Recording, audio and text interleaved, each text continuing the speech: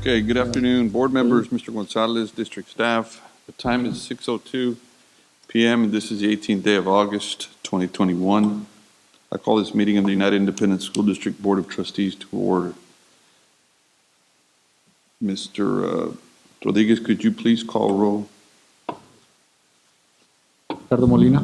Present. Frank Castillo. Present. Alicia Flores Oliveros. Present. Ricardo Rick Rodriguez. Present. Javier Javier Montemayor. Montemayor. All right, thank you, sir. We have a quorum, sir. Thank you. Let the record show that a quorum of board members is present, that this meeting has been duly called, and that notice of this meeting has been posted in accordance with the Texas Open Meetings Act. Agenda item number 4. Let's see. Well, let me go back to number 3, Pledge of Allegiance. Would everyone please rise for the Pledge of Allegiance, Texas Pledge? Pledge allegiance Allegiance to the flag of the United States of America and to the republic One nation. one nation, under God, indivisible, with justice for all. Honor the Texas flag. I pledge allegiance to the Texas, one state under God, one and indivisible.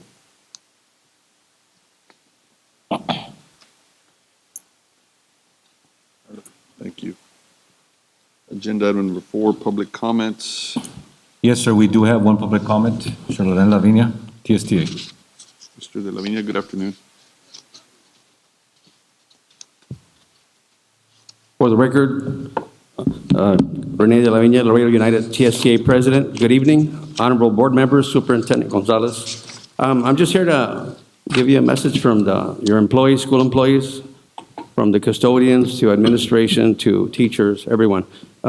They told me to ask you all, I know that you have a policy that if one of your employees gets sick with COVID or is tested positive with COVID, that they would pay those 10 days of what it takes for them when they go to their quarantine. So what they asked me to ask you is if you would consider that, let's say Rene de la Viña is a teacher and he has a son and a daughter in school and one of them picks up COVID and I have nobody else to take care of my child, so I have to go during that quarantine time, those 10 days or 15 days, whatever y'all have, and take care of my son or daughter because they were tested positive with COVID, plus they were sick. If you would consider maybe paying them those days while they're taking care of their children. I'm talking about those that don't have any more sick leave bank, personal days, stuff like that, that if you could help them out with that, they said they'd ask you, they would really be grateful for that. Because again, you know, COVID, no one's to blame for that. I mean, it's happened, and I can assure you that this is going to happen, what I'm talking about. It's going to happen. It's inevitable. It's just a matter of when. On another issue, and this is my own opinion, I know some of the parents are not going to agree with this, but to the parents out there that are anti-mask, all I have to say to you all, and this is my own opinion, that the day that your son or daughter gets sick because you did not want them to wear a mask to class, and you see them in an ICU, pediatric ICU, which we don't have in Laredo, which means they're going to have to send them to out of town somewhere else. And you see, and I don't mean to be so graphic, but I'm going to tell you the way it is. And you see tubes going down his throat or her throat because she can't breathe or is dying because of they can't breathe with extreme high fever. Remember what I'm telling you. You're going to think about what I just said. You're going to wish you told your daughter or son to wear a mask. Thank you very much. God bless you. Thank you, Mr. De La Viña. Thank you. Agenda item number 6, public hearing. The board will take public comments regarding the 2021-2022 budget and proposed 2021 tax rate. Is there a motion to open the public hearing? So move. I have a motion and a second. All those in favor, signify by saying aye. Aye. Aye, motion carries. Public hearing is now open. Any public comments with regards to the 2021-2022 budget and proposed 2021 tax rate? At this time, there are no comments, sir. All right, if not, Ms. Benavides. Ms. Benavides, do you want to present anything right now? Well, no, just to let the board know that at tonight's item, we have a balanced budget for y'all's consideration to approve and a tax rate. We did publish a notice in the paper on August 8th, so we're within the 10 days. We also feel that this budget does support our 52 campuses, our 6,500 employees with health insurance, with all the things we need to do to get through the school year, with keeping our staff and students safe. So we feel it is a budget that can sustain us for this year. All right, Thank you. thank you. I need a motion to close the public hearing. So move. Second. Motion and a second. All's in favor? Aye. Aye. Aye, motion carries. Public hearing is now closed. Okay, I'd like to make a motion. Go ahead. I move that the property tax rate be increased by the adoption of a tax rate of 1.177800, which is effectively a 0.75% increase in the tax rate. Second. A motion and a second. All's in favor? Aye. Aye. Can I just, with that agenda item, if you can bring up the resolution, I'm just going to read into the minutes the adopted tax rate. Go ahead. I'm sorry, can you go ahead and rescind that? Because actually, under the law, we have to take the budget first, but, so if you can maybe withdraw that. Motion to withdraw my motion. Second. All right, I think We have to vote on- anyone opposed? All right, motion is withdrawn. And maybe we could do the consent agenda items first, and then we can skip into those. Agenda item 7, we move to the consent agenda items. Is there a motion in reference to? I make a motion, the business committee Second. met. I make a motion from A to H to approve. Second. All right, it's motion and a second to approve items A through H on the consent agenda items. All those in favor signify by saying aye. There's discussion. All right. I just want to know if there's any pay raise for the employees. That would be part of the adoption of the budget, so there's 2 more agenda items before we get to that one. Thank you. Thank you. On agenda item 7, there's a motion and a second. All those in favor signify by saying aye. Aye. Aye. Motion passes. Agenda item number 8, items for individual consideration. 8A, approval of donations. Mr. Gonzalez. Yes, members of the board, members of the audience, at this time, the following donations are donations of $1,000 or more. And the first one, a donation was received by the Fixed Asset Department, Mr. Hector Cavazos, of sanitizing wipes and hand sanitizer from Kids in Need Foundation, a full truckload with a value of $431,137.71. Second donation, it was received from Mr. Juan Cruz and Associates in the amount of $1,000, which will go towards our golf tournament. And as you know, that's for our scholars, for our students. The third one is a donation received from Sunbelt Air Conditioning in the amount of $1,000, also going toward the golf tournament account. We also had 3 donations that were under $1,000, so the grand total of donations is $434,468.71. Motion to approve. A motion to approve Second. in a second. Any discussion? All those in favor signify by saying aye. Aye. Aye. Motion passes. 8B, the approval to adopt official budget for the 2021-2022 fiscal year. Mr. Gonzalez. Yep. Go Need a ahead. motion? Okay. As you can see on the screen, and that we are bringing the 3 funds that we need adopted by fund and function level. For general fund, we're proposing $406,598,697.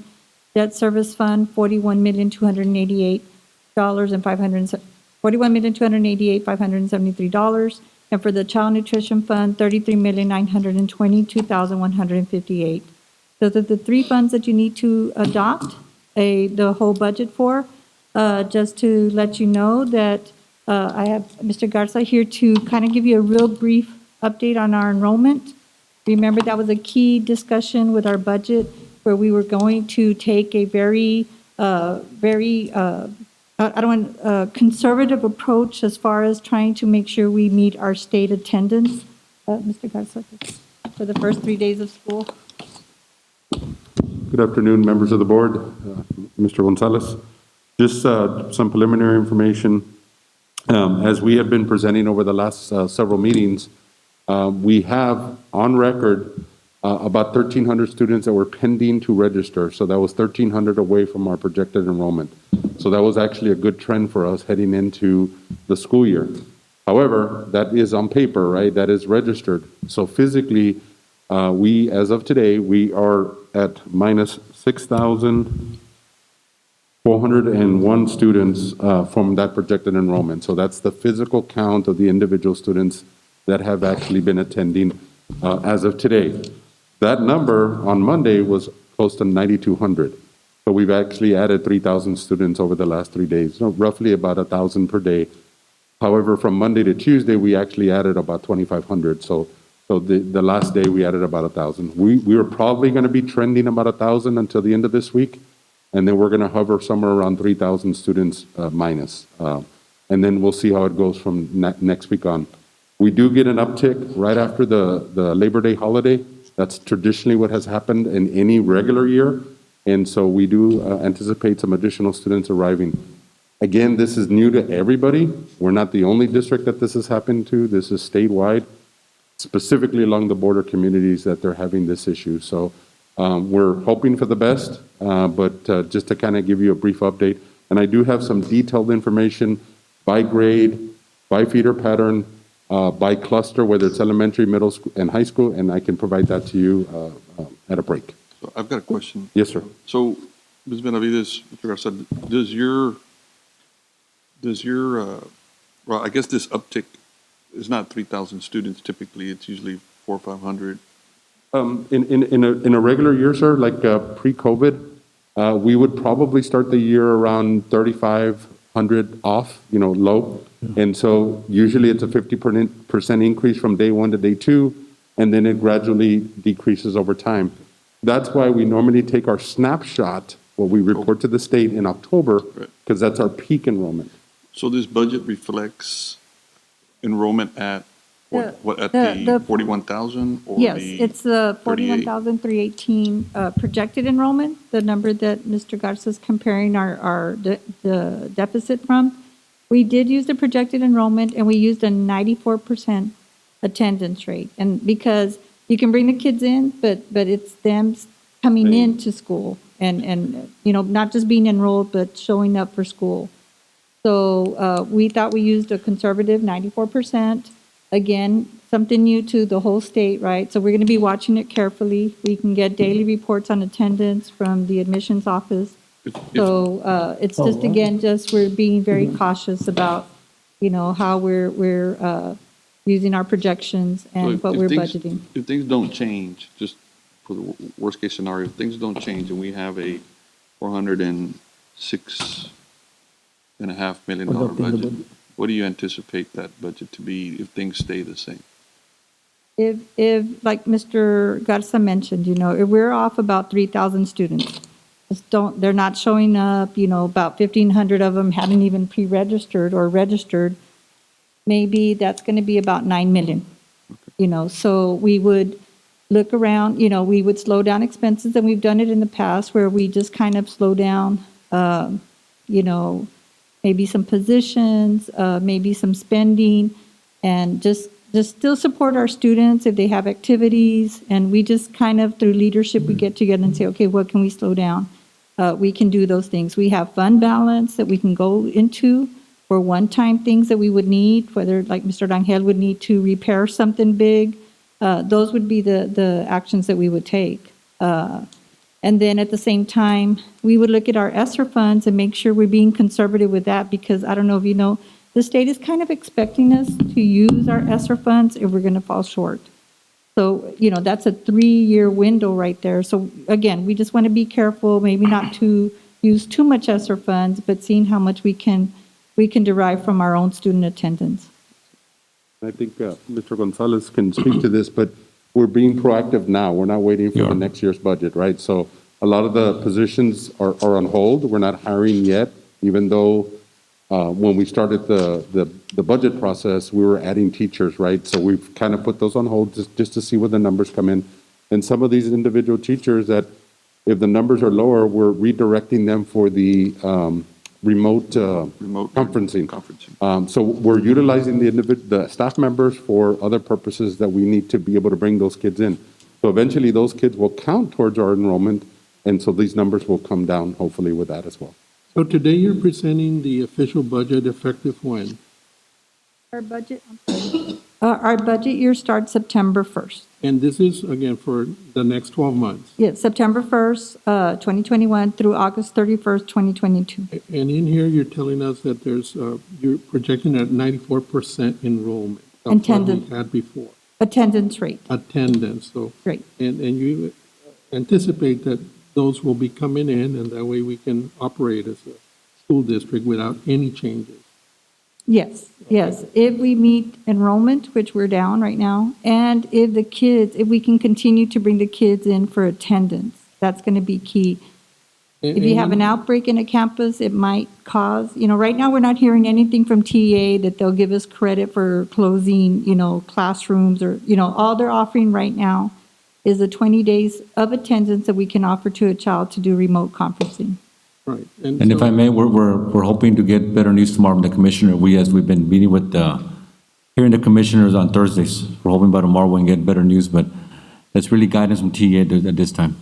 And I remember last time, and even before, I had mentioned about any kind of pay raise that we could offer to the employees. And your thinking now is what? You don't want to offer that, or? Right now, I think, we are offering the one-time payment of $3,500 for all full-time employees with a full day's work of their contract. Right now, there is no raises in this budget. What this budget is supporting to sustain our 52 campuses, keep the lights on, pay insurance, the student activities that happen throughout the year. There is no pay raise in here. I think we had a discussion in the last budget workshop that we would look at our numbers in the snapshot that Mr. Garza said. That will be the time that we really know if we hit our enrollment or if we even surpass our enrollment. So let's say I am considering a pay raise now of 1-2%. Is that doable at all? At this time, we have a balanced budget with, we think, an enrollment that we're not there yet on, what's today, August 18th. I think that's why I think the discussion, Mr. Castillo, was that we would revisit this right after the snapshot date, which is the last Friday in October. That will give us a good indication if we're even going to meet this revenue or surpass this So revenue. who'll bring that back? You will, or Mr. Gonzalez will bring it back in October? We'll bring it back to the That's what I- table, as we discussed last week. Yes, sir. Yes, we said we would be sharing numbers with the board as we would get attendance numbers, enrollment numbers, and And try to start. that's the time of the year when we peak. So statewide, that's a snapshot date, which is the last Okay, Friday. of That's October. fine. I'm bringing it up because I want the public to know that basically my thinking is, of course, as I mentioned the last time, gasoline prices are up, groceries prices are up, everything is going up, and I think we need to do something to help our employees. I think another important note is that we're not recommending at any point any layoffs, or we're just redirecting staff to be able to do other services to make sure that we're bringing as many kids in, even if it's remote, even whatever they allow us to do, we're just making sure that we're utilizing staff. And I want to make sure that you are aware and the public is aware, I will never consider layoff, Yes, sir. ever, But- never. We understand that, sir. And I want to fully commend Ms. Lara Benavides, her staff, Sam Flores, our controller. In difficult times as in the past, they've been guiding us as a district, provide us the best information to move forward, and they're going to continue to do that. Thank you. Thank you. Thank you. Thank you. All right. So is there a motion? Motion, so moved. Second. Got a motion and a second regarding the approval to adopt the official budget for 2021-2022 fiscal year as presented. Any further discussion? All those in favor signify by saying aye. Aye. Aye, motion carries. Item 8C, resolution to adopt 2021-20 tax rate. I So think now is the my time. time, okay.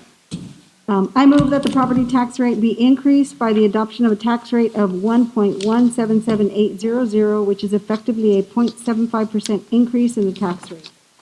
Second. Second. Got a motion and a second. Any other discussion? Is that correct, Mr.? Yes, I'd like to read in, maybe not the whole resolution, but at least the tax rates that we are making a motion on. The M&O tax rate we're proposing for adoption, 0.94536 cents. That is actually a decrease of 0.02104 from the year before. So our M&O tax rate is going down, the one that says local maintenance fund. For our debt service, that tax rate is actually a proposed tax rate, which is the same one from last year, which is 0.232440. So the total tax rate that we're proposing is $1.17780, which is actually a tax rate decrease of 0.02104, which is a little more than 2 cents decrease. And just doing a quick calculation, that's almost about $3.8 million we're saving our taxpayers by this action. So we have a motion and a second. Is there any opposition? All those in favor signify by saying aye. Aye. Motion carries. Thank you. Item 8D, select the board member as a delegate and alternate delegate to attend the TASB 2021 Delegate Assembly. Guess we could, We have dates for When this is that? conference? Location, date? It's September, I think it's like the third week in September, maybe? Can we- 26. 26. I'll make a motion September that we move 26th. this and after we reconvene from closed session. Second. So we got a motion and a second to move this to after closed session. All those in favor? Aye. Come back to that item. Item 8E, approval of board minutes for the month of May 2021. So moved. Second. Motion and a second. Any further discussion? All those in favor signify by saying aye. Aye. Motion carries. Agenda item 9, closed session. Time is 6:23, and the board will adjourn into closed session pursuant to sections 551.071 and 551.074 of the Texas Government Code to discuss item 9K. Back in about 30 minutes. All right, the time is now 7:05. We are reconvened from closed session. The board will take appropriate action on items if necessary as discussed in closed session. On agenda item 10A, the recommendation is to approve the resolution authorizing district-provided emergency paid sick leave for vaccinated UISD employees with religious and medical exceptions as authorized by law. So moved. Second. I got a motion and a second. Any discussion? All those in favor signify by saying aye. Aye. The motion carries. Agenda item 10B, the recommendation is to approve on a first and final reading UISD Board Policy DEA local through December 2021. So moved. Second. Got a motion and a second. Any discussion? All those in favor signify by saying aye. Aye. Motion carries. Agenda item 10C, that was deferred until next month, which was the grievance that we were supposed to have. Okay. Motion to table to next month? So moved. All those in Mr. favor President, just if I can interject, we have Board Member Ramiro Vélez That's right. present. For the record, Mr. Ramiro Vélez is also present with us and has been since prior to closed session.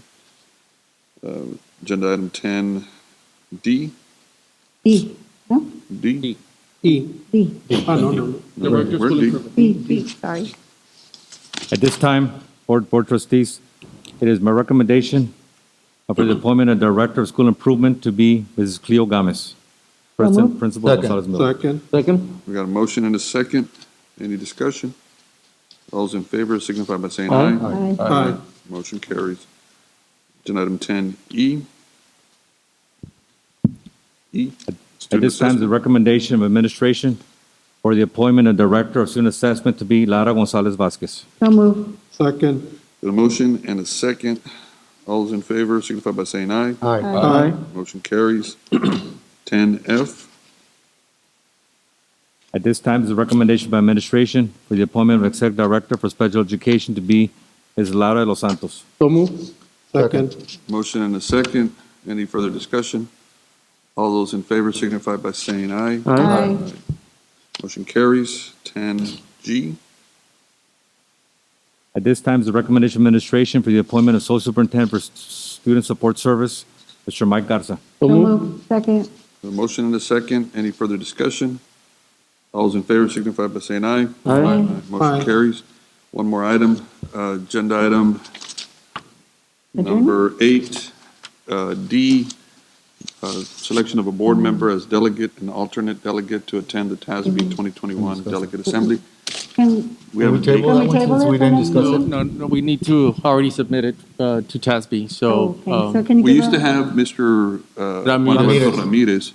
You want to keep him there, but since he's not in medical health, Well, we can do, I'll make the motion that we keep Mr. Juan Alberto Ramirez and as an alternate, Mr. Frank Castillo. Castillo, that's fine. Make a motion to agree. second? We have a motion and a second. All those in favor signify by saying aye. Aye. Motion carries. Congratulations, everybody. Adjournment, we are adjourned. Thank you. Thank you. Thank you. Good on you.